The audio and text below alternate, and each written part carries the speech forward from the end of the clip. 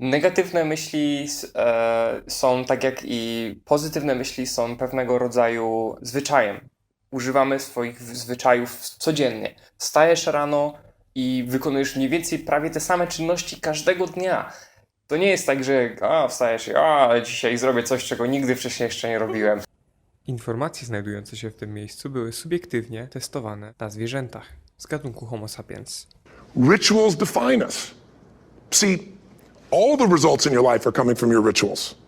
They start with a standard and then have rituals that follow it up. Like, for example, if you are where you want to be physically, you have very different rituals than if you're not where you want to be physically. If you're overweight, you and I both know you got a different ritual than if you're physically fit.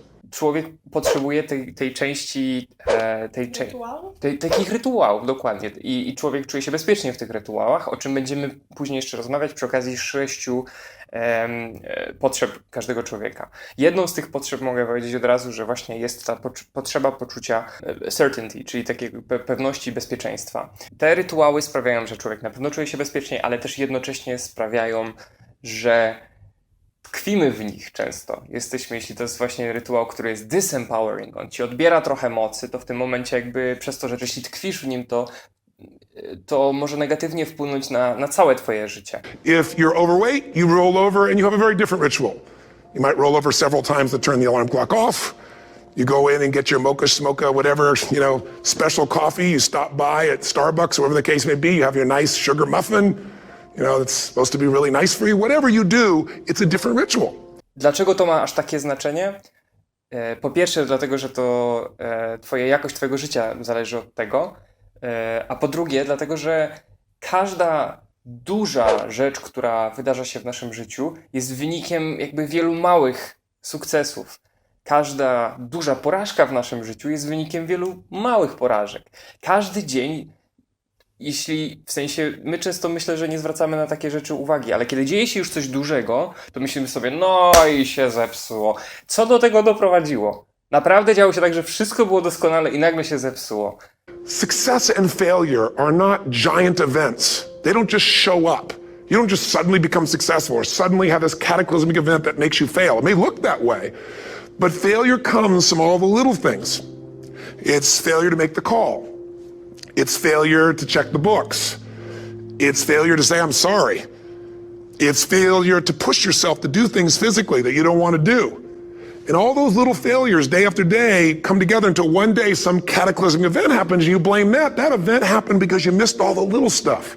To, że jeśli idzie jakiś człowiek i strzela do ludzi w centrum handlowym, gdybyśmy prześledzili jego życie, to gwarantuję ci, że znajdziemy tam po drodze bardzo wiele małych porażek, które doprowadziły go do tego wielkiego momentu w jego życiu. Znowu wracamy do 6 potrzeb każdego człowieka. Przemoc, według Tonego, to jest wypełnianie tych 6 najważniejszych potrzeb w jednym akcie. The fastest way to do this, if you have no background, no culture, no belief in resources or resourcefulness, is violence. If I put a gun to your head and I live in the hood, instantly I'm significant. 0 to 10, how high? 10. How certain am I you're going to respond to me? 10. How much uncertainty? Who knows what's going to happen next? Kind of exciting, like climbing up into a cave and doing that stuff all the way down there. Total variety and uncertainty. And it's significant, isn't it? So you're willing to risk your life for it. So that's why violence has always been around and will be around unless we have a consciousness change as a species. Twoje rytuały będą decydować o tym, w jaki sposób twoja jakość życia będzie wyglądać. If you have a great, passionate relationship, you have very different rituals in how you come home than if you have a lousy relationship. Twoje rytuały najczęściej są wynikiem przeszłości twojej, która w jakiś sposób zostałaś już wcześniej zaprogramowana do tego, żeby wykonywać. And success, by the way, is not some overnight event. It's all these little things. Success is having a vision. Success is making it compelling. Success is really seeing it and feeling it every day with strong enough reasons. Success is feeling the sense that I'm here to grow and I'm here to give something to the world more than just myself. Success is caring about other people. Success is calling and saying, I love you in the middle of the day for no damn reason. Or sending a note. That'll change your relationship. Have a ritual of something funny, playful, or a surprise you do. How many relationships are dead today because they have no surprise rituals anymore? Jeśli chcesz zmienić swoje rytuały, bo czujesz, że pewne twoje rytuały są nie dają ci wzrostu, nie pozwalają ci na to, żeby twoje życie miało lepszą jakość, to musisz wykorzystać bardzo ważną zasadę ludzkiego umysłu, o której już mówiliśmy. Czyli człowiek zawsze będzie miał potrzebę do tego, żeby powtarzać rzeczy, które są przyjemne i unikać rzeczy, które są nieprzyjemne. I teraz bardzo istotna rzecz. Your brain cannot tell the difference between something you vividly imagine, where you see it, you hear it, you feel it, you taste it, you touch it, you smell it in your mind, and something that actually occurs. If you doubt this, have you ever had a dream that was so real you had every physical response to it? Nie ma różnicy dla twojej psychiki, czy to, co się odbywa, czy odbywa się w rzeczywistości, czy odbywa się w twojej wyobraźni, o ile to, co odbywa się w twojej wyobraźni, jest połączone z dużymi emocjami. Co możemy widzieć przez to, że kiedy śnimy na przykład bardzo głęboko, możemy się obudzić z tym emocjonalnym poczuciem bardzo intensywnym w nas, dlatego że to nie dzieje się naprawdę, to dzieje się tylko i wyłącznie w naszym umyśle, ale w trakcie snu jesteśmy w stanie wygenerować te emocje na takim wysokim poziomie. Okay? You can have a dream anytime you want, even while you're awake. All you have to do is rehearse something in your mind enough times, vividly enough, and it's real. Więc jeśli użyjemy tej potęgi wyobraźni i emocji, to możemy uwarunkować nasz mózg w taki sposób, żeby nie powtarzać czynności, które nie przynoszą nam jakości życia na wyższym poziomie, które nie przynoszą nam jakiegoś rozwoju nam, które nie sprawiają, że czujemy się lepiej, tylko czujemy się gorzej. I w taki sam sposób jesteśmy w stanie uwarunkować nasz mózg poprzez skojarzenia, pozytywne bądź negatywne, żeby powtarzać dane rzeczy bądź nie powtarzać danych rzeczy. Bardzo istotna rzecz. Wtedy, kiedy ukochana twoja osoba, ta osoba, którą najbardziej na świecie kochasz, kiedy przychodzi do ciebie i w końcu mówi ci te słowa, a nigdy wcześniej ci nie powiedziała, kocham cię, czujesz wtedy te emocje w sobie, prawda? Albo przychodzi i ciebie całuje. Czy fakt dotyku tych ust sprawił, że właśnie tak się czujesz? Na pewno tak. Nie, no oczywiście, że nie. If that's true, kissing your dog would get you excited. It wasn't a kiss. It was the meaning you associated to that particular moment when tissue touched tissue in that unique way. Chodzi o to, że jesteśmy uwarunkowani już w taki sposób, żeby interpretować to, co ktoś nam powie, w taki sposób, żeby dawało nam biochemiczną reakcję w naszym mózgu. Jeśli ja do ciebie przyjdę i ty bardzo czekasz na to i ja powiem to, na co ty bardzo czekasz, to w tym momencie nastąpi reakcja, bęk, w twoim mózgu. Kupiłem pizzę. No właśnie, ale dokładnie, jeśli to będzie coś zupełnie innego, jeśli ty oczekujesz, że ja powiem mam dla ciebie tą czekoladę, na którą tak czekasz, a mówię coś zupełnie innego, typu kocham cię, to może właśnie wręcz przeciwnie, masz wielki zawód, bo to nie spotyka się z tym swoimi oczekiwaniami, o czym też będziemy później mówić. It isn't actually the event itself, is it? It is rather what we communicated to ourselves about that event. Somebody hugs you and you feel good. Do they make you feel good? Yes or no? No, what makes you feel good is you've got a set of rules inside your head that say if somebody touches me quite like this, they look like that, sound, smell, feel like this, then I get to say, ooh. And so you say, okay, it's time to feel good, and your brain goes, and you start feeling good. Twoja reakcja chemiczna w twoim mózgu, ona może występować niezależnie od świata, który dzieje się na zewnątrz. Ona może występować wtedy, kiedy to ty decydujesz o tym, żeby ta reakcja chemiczna się działa. Natomiast znacznie łatwiej jest po prostu oczekiwać na to, aż w końcu wydarzy się to, co sprawi, że ja będę miał tą reakcję. Więc jeśli to ty decydujesz o tym, jaka reakcja chemiczna będzie się działa w twoim mózgu, to ty tak naprawdę stajesz się niezależny od tego, czy ktoś będzie mówił kocham cię, bądź będzie ci dawał dużo pieniędzy. W twoim umyśle ten rytuał, którego się chcesz pozbyć, musisz we własnym umyśle zacząć kojarzyć go z negatywnymi czynnikami. Let's talk about what really drives human behavior. And I think there are certain basic fundamentals that drive our behavior. When we understand them, we can start to utilize them to change our life. And if we don't understand them, then what we do is we keep running up against the brick wall. Have you experienced that? Where you're trying to make a change, trying to make a change, trying to make a change, but it never happens. Why? Because your internal associations about pain and pleasure haven't changed. On jest mało ekstremalny, ale przykład na moim życiu. Codziennie staram się medytować i oczywiście medytowanie nie jest wcale proste. Oczywiście medytowanie sprawia, że jakby mój mózg cały czas stara się uciekać od tego medytowania, stara się jakby wymyślać kolejne powody, dla którego lepiej jest myśleć o czymś innym. I muszę zdyscyplinować mój mózg. To jest bardzo proste, bo to jest tak naprawdę walka. Mój mózg mówi, pomyśl sobie o czymś ciekawym, a ja mówię, właśnie nie, właśnie teraz jest czas, kiedy nie myślimy o niczym ciekawym. Za każdym razem, kiedy moja uwaga ucieka i zaczynam myśleć o czymś innym, na przykład o cyckach, to w tym momencie zamykam oczy, jakby zaciskam cały swój organizm, jakby tak swoje mięśnie, zaciskam wszystkie mięśnie, zaciskam się w sobie Cycki, rozkojarzony jesteś. tak, i wyobrażam sobie, że ktoś mnie kopie w jajka.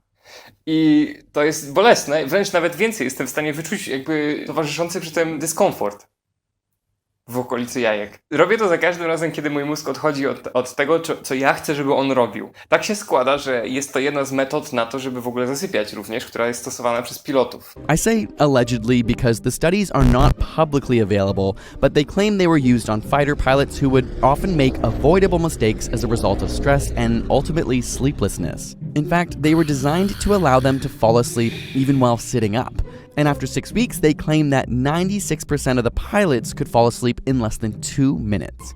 Wtedy, kiedy zaciskasz całe mięśnie, a potem rozluźniasz je, to w tym momencie organizm stopniowo zaczyna przechodzić coraz większy stan relaksu. I to stosują piloci, którzy jakby zatrzymują się w trakcie lotu po to, żeby mieć szybką regenerację, żeby móc lecieć dalej. Podobnie ja wykorzystuję tę metodę, żeby wejść w ten głębszy stan relaksu. I od kiedy zacząłem to robić, to łatwiej mi się zasypia. Bo mój mózg cały czas pracuje na zasadzie, jak zasypiam, to jest najlepszy moment, żeby wymyślić świetne pomysły na mnóstwo pięknych momentów w moim życiu. Więc jakby kopię się wtedy w te moje mentalne jajka. Zaczynam kojarzyć ten moment, kiedy czuję ten dyskomfort psychicznie tworzony z dyscyplinowaniem siebie, z tym, czego ja nie chcę w tym momencie robić, a następnie zaraz po tym rozluźniam się i wchodzę w taki stan, relaksu, na zasadzie wyobrażam sobie, że leżę na plaży i to mnie uspokaja po prostu, tym bardziej, że to następuje zaraz po tym momencie napięcia wszystkich mięśni jakby. I to jest naprawdę fizyczne i jeszcze do tego dodaję takie pozytywne wzmocnienie typu, mówię, tak jak mówiłbym, wiesz, jakby mojemu dziecku albo mojej przyjaciółce, mojemu przyjacielowi, że ej, wszystko jest w porządku, to jest teraz czas na relaks. Bardzo dobrze, Piotrek, relaksujemy się teraz, super. I to mnie uspokaja i niedługo trzeba czekać, aż znowu muszę to powtórzyć i więc moje mentalne jajka są regularnie kopane. There's only one reason you eat more food than you should. Because it's pleasurable. Because you like to eat that chocolate. Because you think, could die of a chocolate. And you just go into a state where you got to have it. See, you associate deep, deep pleasure, and that's why you go for it. Now you say, yeah, but being fat is really painful. That's true. But the reason you ate the chocolate, because in that moment, what was more real to you? The pain of being fat or the pleasure of the chocolate? I teraz możesz to zrobić na każdej płaszczyźnie swojego życia, na każdym rytuale, który masz. Więc pierwsze pytanie to jest, jaki rytuał chcesz zmienić? Jaki rytuał sprawia, że nie jesteś w tym punkcie swojego życia, w którym jesteś? Co chcesz zmienić w swoim życiu? To paraphrase the philosopher Nietzsche, he who has a strong enough why can bear almost any how. I teraz dalej pisze, I found that 20% of any change is knowing how, but 80% is knowing why. If we gather a set of strong enough reasons to change, we can change in a minute something we have failed to change for years. Więc to nie chodzi o to, że my nie mamy wiedzy, którą potrzebujemy. My nie mamy powodu do tego, żeby faktycznie się do tego zmusić. I problem polega na tym, że jeśli ten powód będzie jakby ekstremalny, na zasadzie przychodzi doktor i mówi, no tutaj są twoje wyniki i jest ekstremalnie źle. Co robisz? Zmieniasz, dlatego że nagle pojawia się ten powód w twoim życiu. I czy to jest, wiesz, palenie, czy to oczywiście pewnie są ludzie, którzy i tak nie zmienią, ale znaczna większość zmieni, dlatego że ten powód będzie wystarczający. Problem polega na tym, żeby znaleźć ten powód, który będzie motywacją do zmiany. So what if you saw somebody that you were really attracted to and you wanted to be with them, you wanted to develop a relationship, but you didn't follow through? How come? Real simple, isn't it? Because you associated more pain to walking up and asking him for a date than not doing it. Po prostu wyobraź sobie siebie w tej wersji, w której chcesz być. I musisz emocjonalnie utożsamić to z czymś bardzo pozytywnym. A następnie wyobraź sobie siebie w wersji, w której nie chcesz być, bądź jesteś i musisz to utożsamić z tymi rzeczami, które sprawiają, że jesteś w tym punkcie. Świetnym przykładem jest to, w jaki sposób jedna kobieta stwierdziła, że okej, już tyle razy próbowałam zmienić swoją wagę, już nie dam rady. Jej metoda polegała na tym, że kupiła puszkę jedzenia dla psów, powiedziała wszystkim swoim znajomym, że zje to jedzenie z puszki, jeśli nie uda się jej utrzymać tej diety. Postawiła tą puszkę, to jest bardzo istotne, w kuchni, na lodówce Za każdym razem, jak chciała otworzyć lodówkę, bo czuła, że trzeba podjadać, to zamiast tego najpierw chwytała tą puszkę i czytała skład. Ten ból w jej mózgu powiązany z tym jedzeniem tego, wizja tego była tak emocjonalna i tak intensywna, że jej mózg powiedział unikamy, więc zaczął robić tą nową pętlę. Do tego jeśli wzmocnisz to razem jeszcze z tym, żeby jakby powiązać właśnie tą przyjemność, a więc powtarzamy z tym elementem siebie w wizji, w ciebie z super sylwetką, nie wiem, idącego na plaży, albo coś, co sprawia, że jesteś podekscytowany, to potrzebujesz tego momentu, w którym będzie ci najbardziej słabo. I te dwa elementy sprawią, że będzie ci znacznie łatwiej. Przelecisz po prostu przez te trudne momenty.